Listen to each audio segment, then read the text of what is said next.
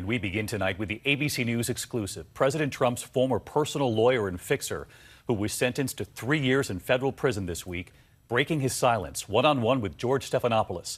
Tonight, what Michael Cohen reveals, what he says about the president, about the payments, about the hush money, and how he answers when George asks, is the president lying about Russia? All of this as there is also breaking news coming in from the White House tonight, what the president just revealed about the chief of staff. ABC's chief White House correspondent Jonathan Karl leading us off.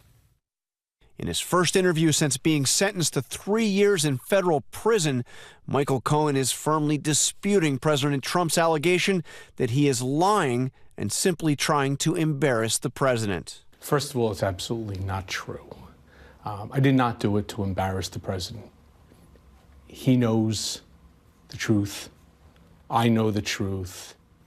Many people know the truth. Under no circumstances do I want to embarrass the President of the United States of America.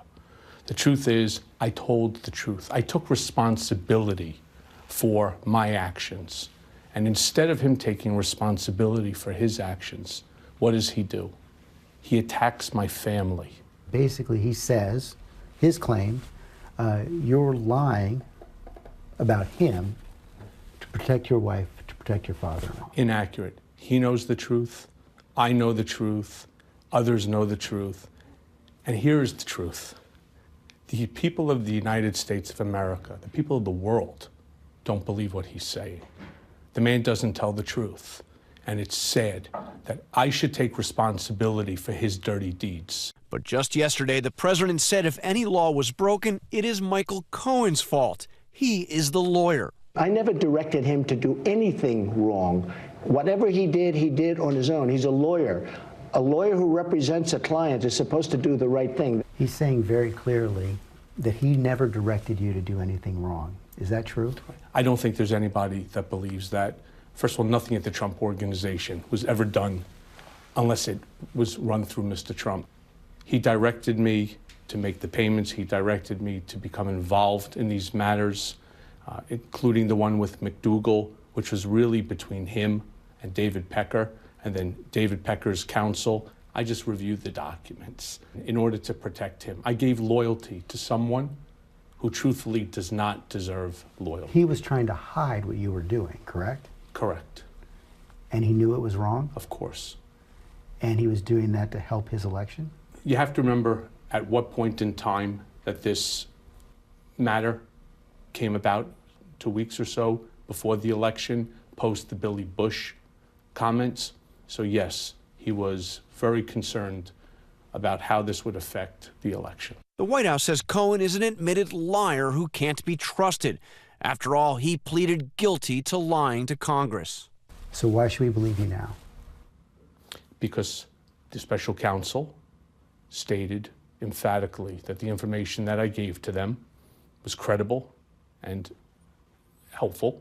There's a substantial amount of information that they possess that corroborates the fact that I am telling the truth. The special counsel did say that you were doing your best to tell the truth about everything related to their investigation, everything related to Russia. Do you think President Trump is telling the truth about that? No. George Stephanopoulos with Michael Cohen. I want to bring in John Karl with us live from the White House. And John, we have not heard directly from the president today reacting to this new interview. But the president did tweet a short time ago about the job he's been trying to fill, his chief of staff. That's right. We have a new acting chief of staff. It's Mick Mulvaney. Mulvaney is currently the director of the Office of Management and Budget. He comes to this job with real political experience, 6 years as a member of Congress from South Carolina, a very conservative one. In fact, he was a founding member of the Freedom Caucus. David, there were several other candidates who interviewed for this job, including Chris Christie, who pulled himself out of the running earlier today. It's important to note here that Mulvaney will be the acting chief of staff. What officials say this means is that he could be replaced sometime early in the year, or if things work out, I'm told he could be named the permanent chief of staff. David? All right, John Karl on a Friday night. John, thanks as always. Hi, everyone. George Stephanopoulos here. Thanks for checking out the ABC News YouTube channel. If you'd like to get more videos, show highlights, and watch live event coverage, click on the right over here to subscribe to our channel. And don't forget to download the ABC News app for breaking news alerts. Thanks for watching.